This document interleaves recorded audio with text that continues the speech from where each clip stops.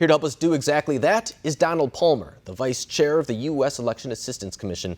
So Donald, I'm really glad to have you on tonight because 2 weeks away from now, a lot of Americans are going to be going into the ballot boxes, casting their votes, but already we're seeing historic amounts of mail-in voting, early voting taking place right now. So I want to ask you, by the numbers, what are we looking at right now? Are these historic figures coming in regard to the ballots cast before the election day?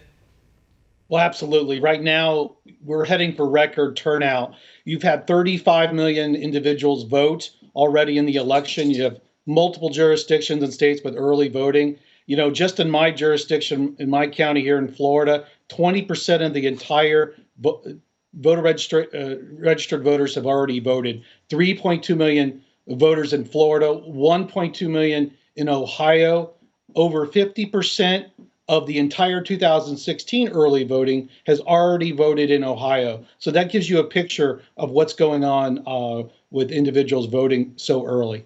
I mean, that's fascinating to hear right there, and I think it's good news. I mean, I want every single American citizen voting in every single election. That is my utopia, but a lot of people are asking, is this early turnout a testament to the idea that perhaps people are fearful of the coronavirus and voting in person, or is this a testament to the idea that perhaps we are going to see greater participation in this election with even greater amount turning out on Election Day itself? We won't know the total turnout on until Election Day, and we get a sense of will it be over 70 or 75%. But you know what I think is that individuals are actually listening to election officials and to politicians who are telling them to vote early. So, you know, people are engaged. They want to vote. You saw the lines in early voting, the first day of early voting, the second day of early voting. Individuals just want to cast their vote. They want to have their voice heard. And so I think that's why people are starting to vote early.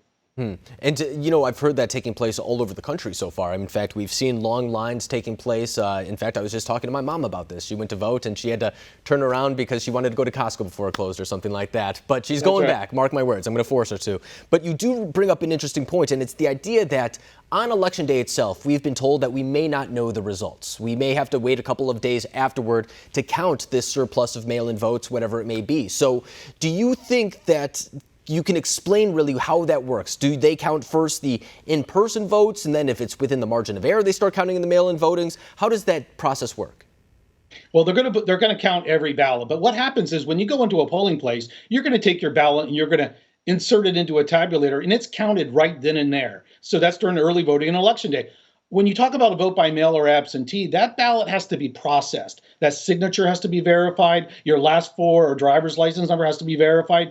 So then that ballot is tabulated. So if you send in your ballot on or near Election Day, or it comes into the office a few days after with a postmark, depending on your jurisdiction, it may take a few days for that to be processed and then tabulated. So the public can see that it may take some extra time to actually tabulate a paper absentee or mail ballot. That's why it may take a few days if we're looking at those absentees or mail ballots to determine a race. And in fact, we just heard yesterday, I believe, that there was a Supreme Court decision allowing some mail-in ballots to come in a couple days after the actual November 3rd date. So there are going to be even some ballots coming in, I guess, theoretically at this point, after the election day itself that still have to get counted as well. So keeping that in mind, do you think of, regardless of what the outcome is, no matter if President Trump wins, no matter if Joe Biden wins, do you expect that there is going to be a little bit of a court battle one way or the other after November 3rd itself in order to decide what ballots get counted, what ballots do get included or not? Do you think that's going to take place? There'll probably be some litigation, but I think it really determines, you know, how close is the election, where is it close? If it's in a battleground state or a state that one of the candidates has to have to reach the 270, then there's going to be some litigation over the ballot counting standards. Yes.